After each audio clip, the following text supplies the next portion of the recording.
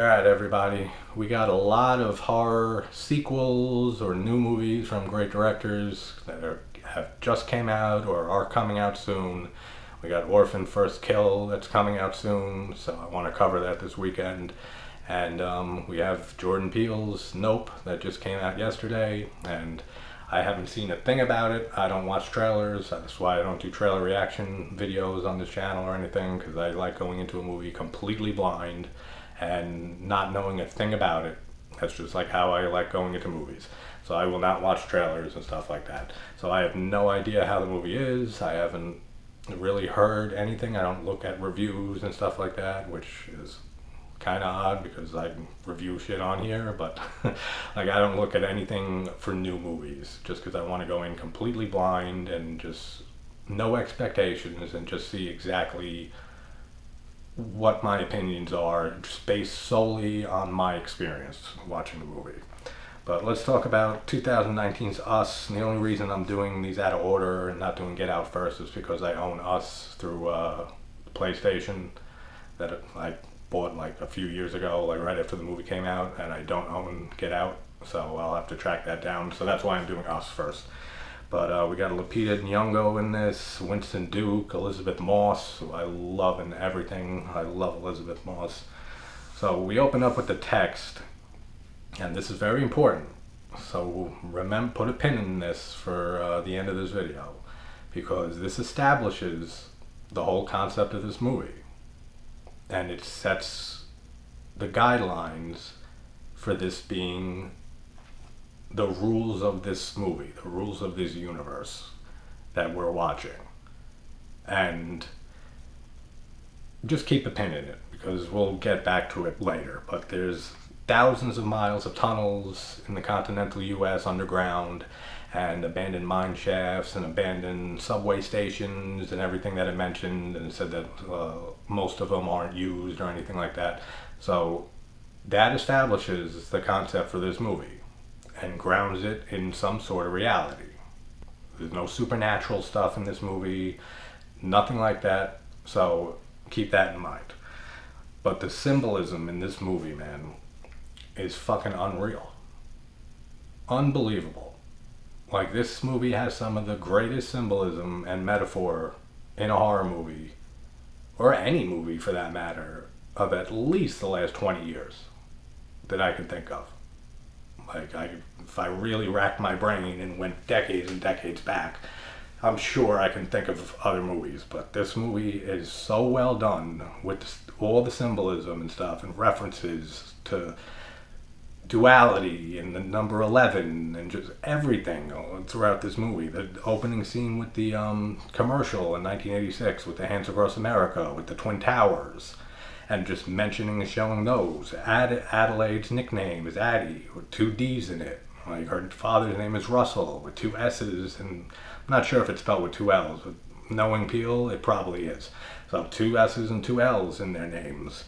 Then this I just noticed on this rewatch and stuff in the carnival, like when young Adelaide is walking down the pier, she sees a couple playing rock, paper, scissors, and they go out and they do this thing, and then guy shoots out scissors, which plays into the whole scissor thing with the tethers and stuff, having the golden scissors.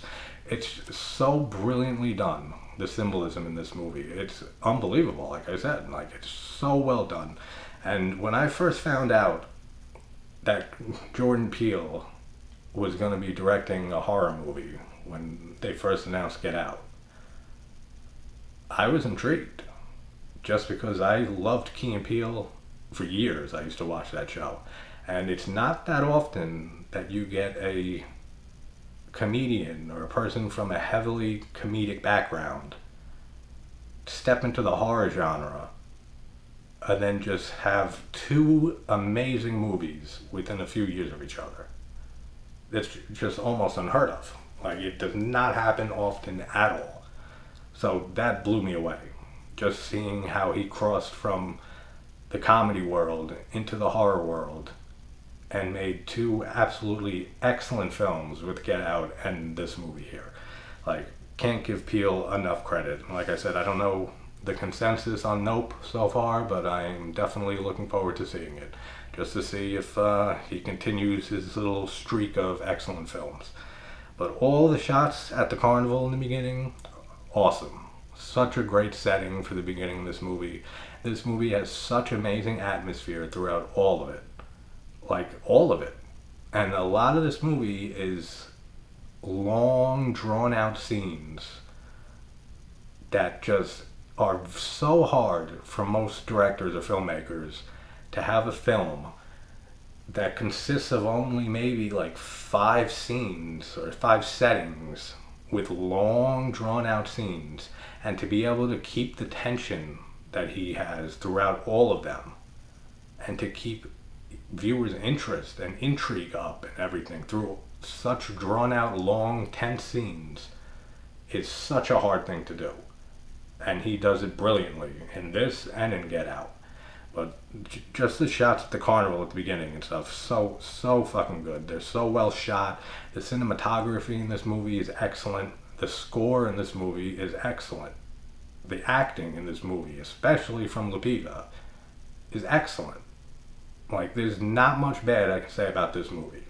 Which, if you've seen my channel before, which I'm sure there will be people who haven't seen this channel, because this is a new channel, it's only like 2 months old, and I do a lot of overanalyzing and making jokes about nonsensical shit and pointing out weird observations and stuff like that. And they're not negative things, they're just me having a good time pointing out stupid shit. But there's really not much until I get near the end that I can point out about this movie that I don't love to death. Like, it is such a well-made film. And why is Adelaide and Red both wearing the same Thriller shirt if she's been down there, like, since she's been born in the Tether region and stuff? Like, they show the shirt at the end, and it's not exactly the same. Like, it looks like it's just really faded, but it doesn't say Thriller on it, but it's close enough. Like, it's a black shirt that fits her perfectly. But how does she have that if they all have the red jumpsuits down there? Which they're not even in red jumpsuits, because we see I'll save all this for the end because that's a whole thing.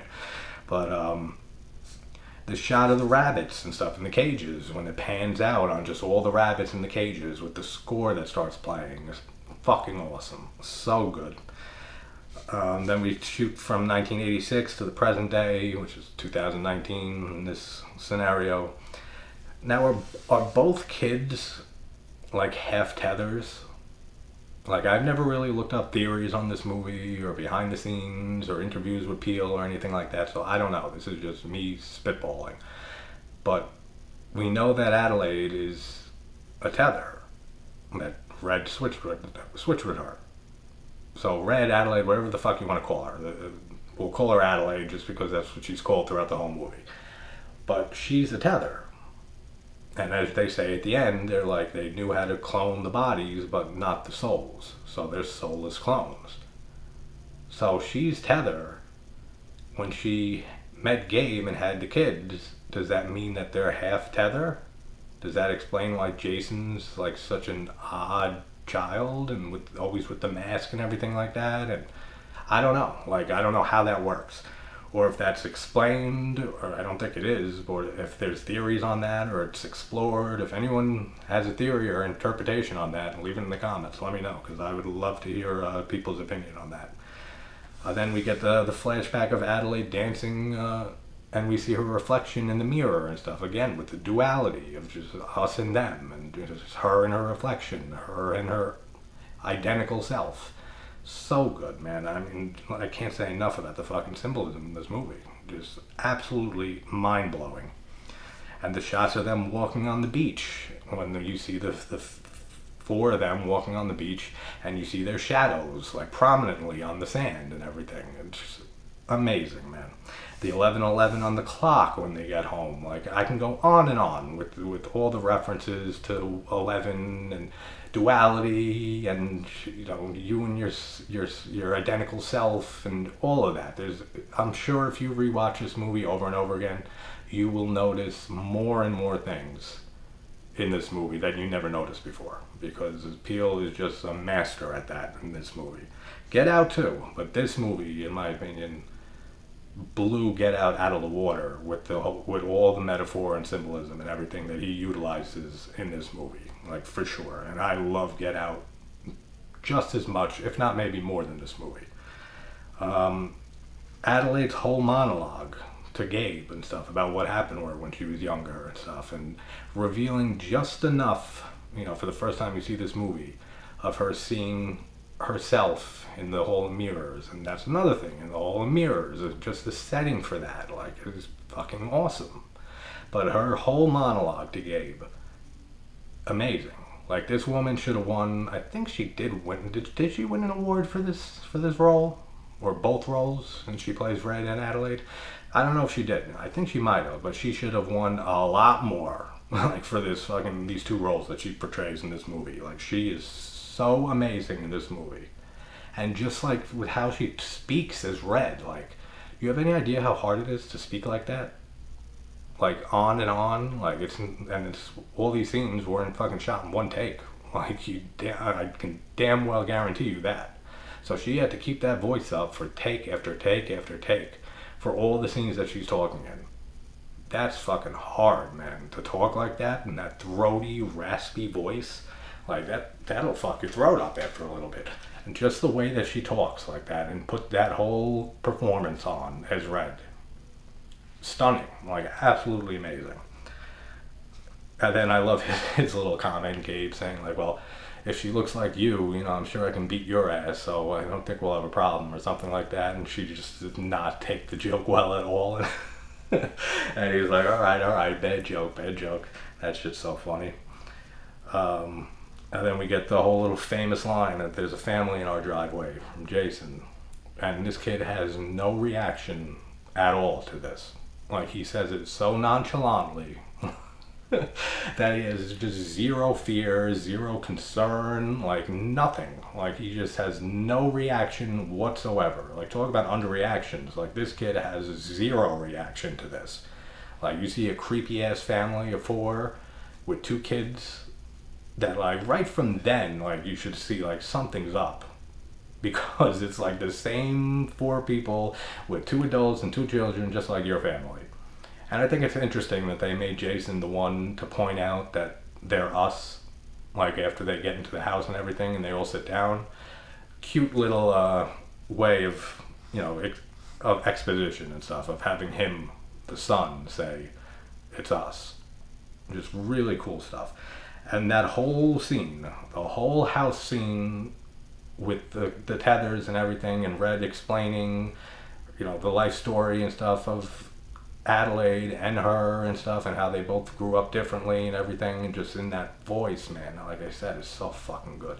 But just that whole entire scene in the house, which is a good, like, at least 30 minutes, if not longer.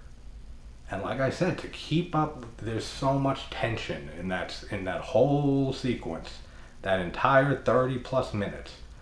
There's so much atmosphere, there's so much tension, just so much unease, and just the feeling of it makes you feel just uneasy and just like disturbed. And just to keep that up and keep that atmosphere and that tone of the film going through such a long scene like that, like I said, is just fucking amazing. Like, you do not see many directors, especially nowadays, that are able to pull that off. Like, I could think of maybe Ari Aster with Hereditary and Midsommar and stuff like that. But, like, there is not many directors nowadays who can do that. And he does this through this whole film, basically, which is unreal. Why aren't everyone's tethers, like, wreaking havoc all over the neighborhood? That I don't get. Like, when Zora was her name, right? The daughter, when she goes running, because she's a runner and everything, so she runs from her tether and she's chasing after her, and just the face on her tether, man, is so fucking creepy. Like, they did such a good job, like, portraying the tethers in this movie. Like, and even like Elizabeth Moss's tether and stuff later on looks so fucking eerie and just unnerving. Like, they did such an amazing job with that. But, like, when she's running and stuff down the neighborhood, why don't we see, like, tethers all over the place? Like, I guess maybe it would just be too much to have so many people running around like that, or maybe just because it's, you know, Red. This is Red's plan, so like they're like the first ones to come up and rise from the underworld, whatever the hell you want to call it, the Tether region, and since she's the leader, like they're the first ones up there. I guess like that makes sense to me, but like what are the chances too that like Elizabeth Moss's family and stuff, like that's the only other tethers that we see like attack and kill their family, like the two families that know each other, like that's a little ridiculous. And then we see on the news later on, then we see like the whole group of tethers doing the Arms Across America thing and holding hands and stuff like that. But the fact that it's just those two families specifically, like of course you have to, it's a movie, but I feel like they could have thrown in like a few more tether families, like even if it's just in the background, like things that like you have to really look out to see. Like when that neighbor comes out and Zora's tether is on the car, and he starts saying get off the car and everything like that. Like even if they had like people in red jumpsuits like on his lawn in the background that they don't pay any attention to, that just like your eyes have to find them yourselves. I don't know. I feel like that would have added a little bit to the whole concept of this movie, basically. But then we have the yeah, why is Pluto like a fucking dog? I don't get that. Like we see a few of the tethers like act like that, like act animalistic, and it makes sense, yeah, because they've been underground in the tether region their entire lives and they can't speak, they don't have any real knowledge or anything like that. But like specifically Pluto is just like a rabid dog. Like I don't get all of that at all. If someone has an explanation, leave it in the comments. Let me know. I want to hear everyone's interpretations. The entire scene at Elizabeth Moss's family's house with Good Vibrations by the Beach Boys playing, and just when the tethers come out and kill the two teenage daughters, and just such a great scene, man. That whole scene, that's another sequence that just goes on for like a good 15-20 minutes, and it's just excellent throughout the entire time. The atmosphere throughout it is amazing. Just having Good Vibrations playing, and then her saying call the police to the whatever the hell, the Alexa type machine and stuff, and then NWA's Fuck the Police comes on and starts playing. Like what a great sequence, man. Like that is so fucking good. Awesome stuff. And then like with the tethers, like Elizabeth Moss's tether, like, and she looks so creepy, man. Like I said, like she looks so fucking creepy playing her tether. Like I love Moss so much. She's amazing in everything.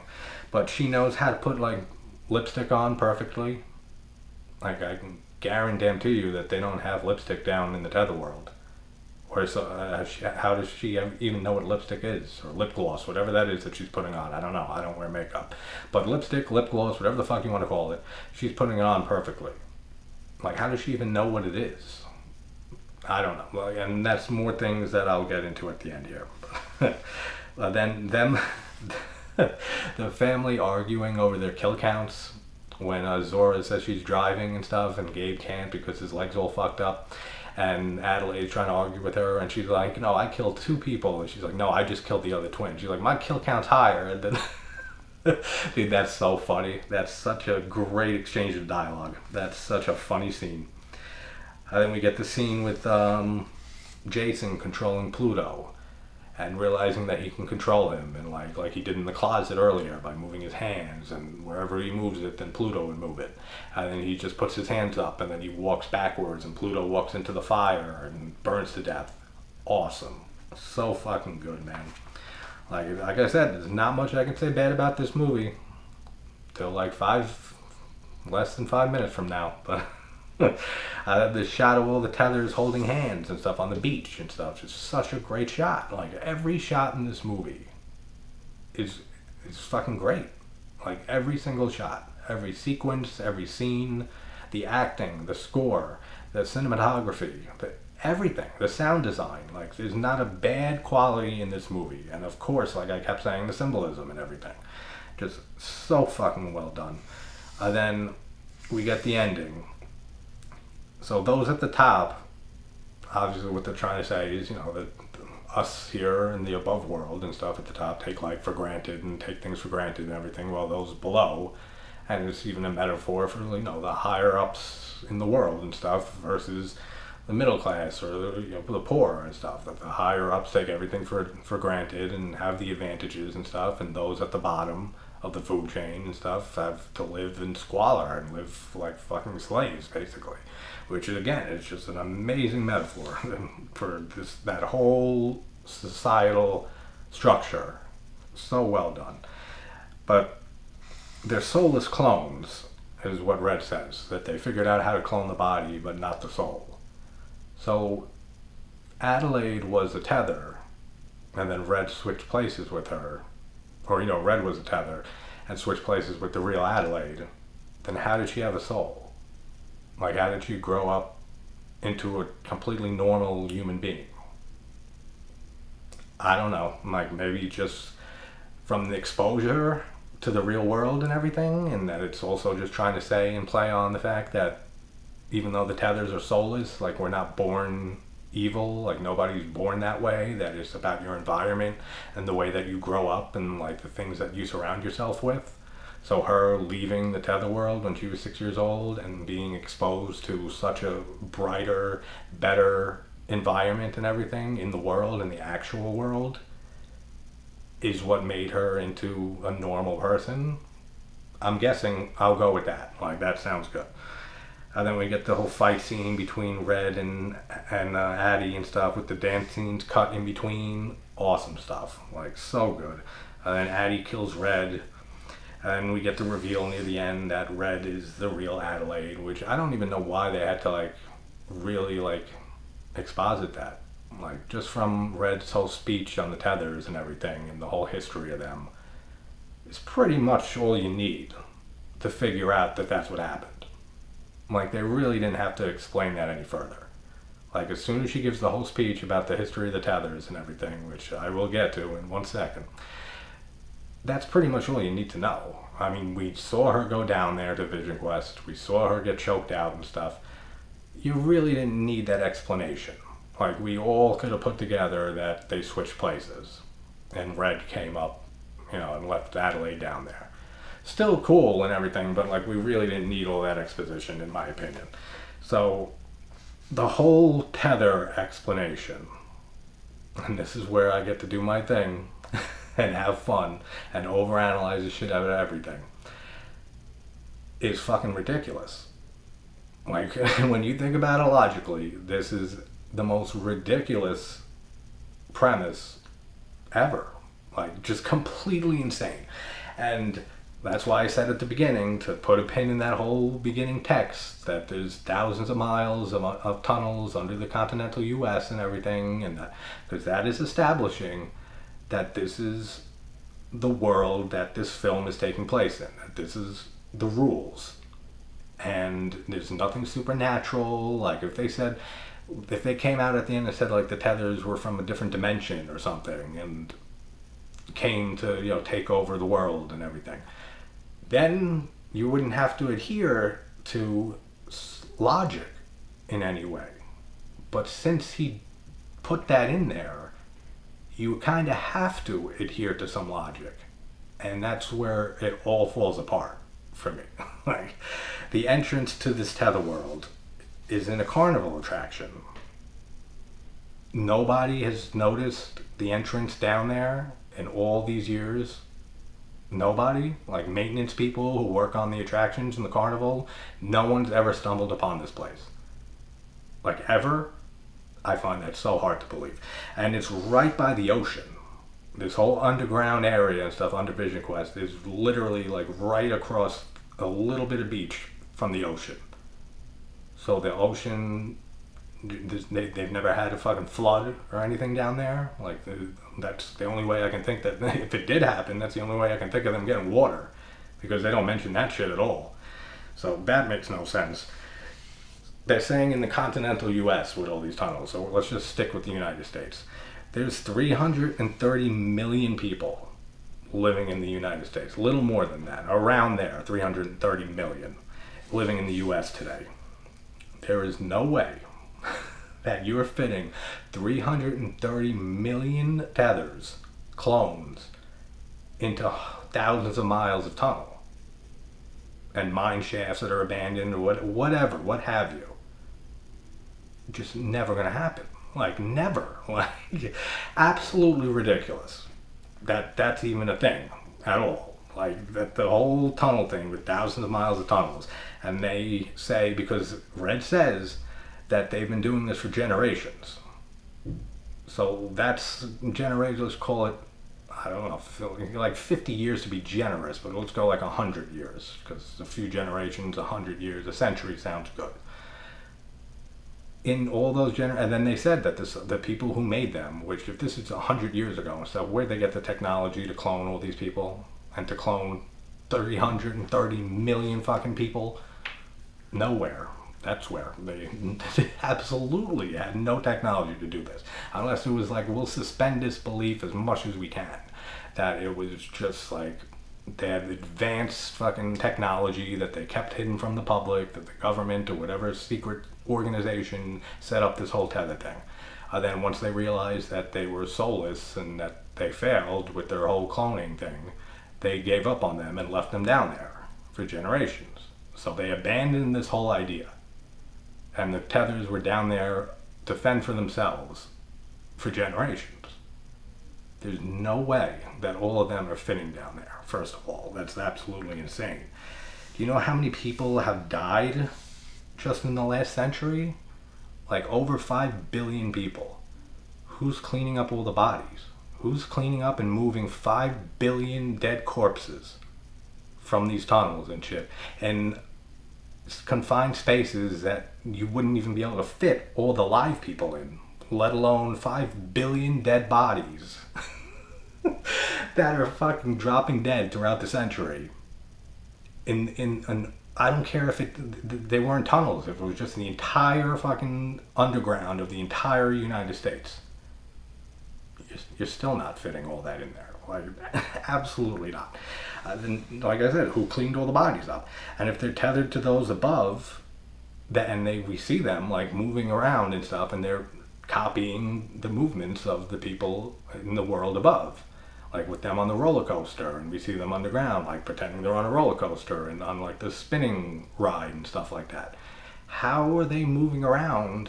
Like when they're in tunnels down there, and we see some of the structure, like when Natalie goes down there to get Jason from Red. Yeah, they're nice looking and stuff, like a nice little facility, but this is thousands of miles of tunnels we're talking about that we're told in the beginning.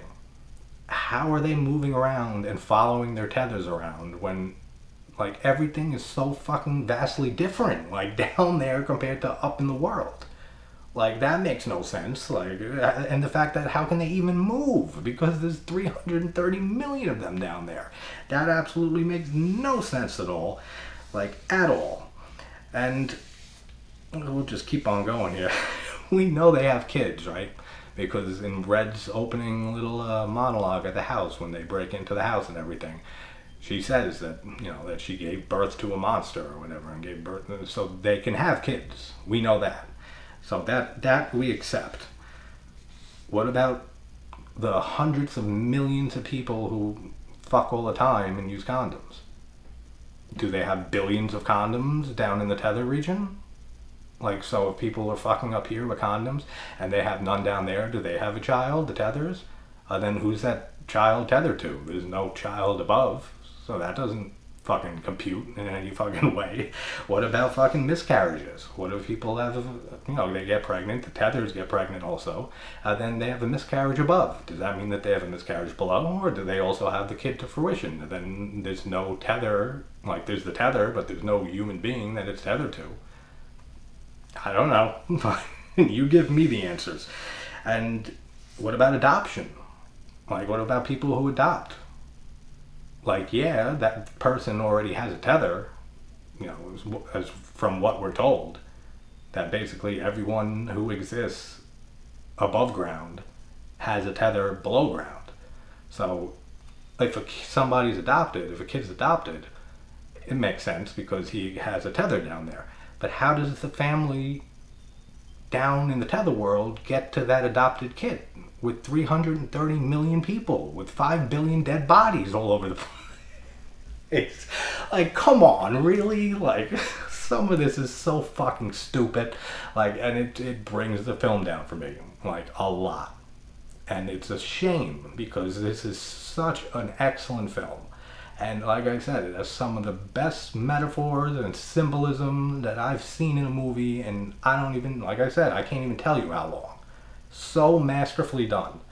But then we get all this, which is just ridiculous. And then they eat rabbits. They eat raw rabbits. Do you know how many rabbits it would take to feed 330 million tethers? Like, let's just be generous and say that they eat 2 rabbits a day. Let's be even more generous and say 1 rabbit a day. That's 330 something million rabbits a day. Do you know how many rabbits are in the whole world, not even just the US? I looked it up, so I'll tell you. There's 709 million rabbits, domesticated rabbits. So let's bump it up to 1 billion.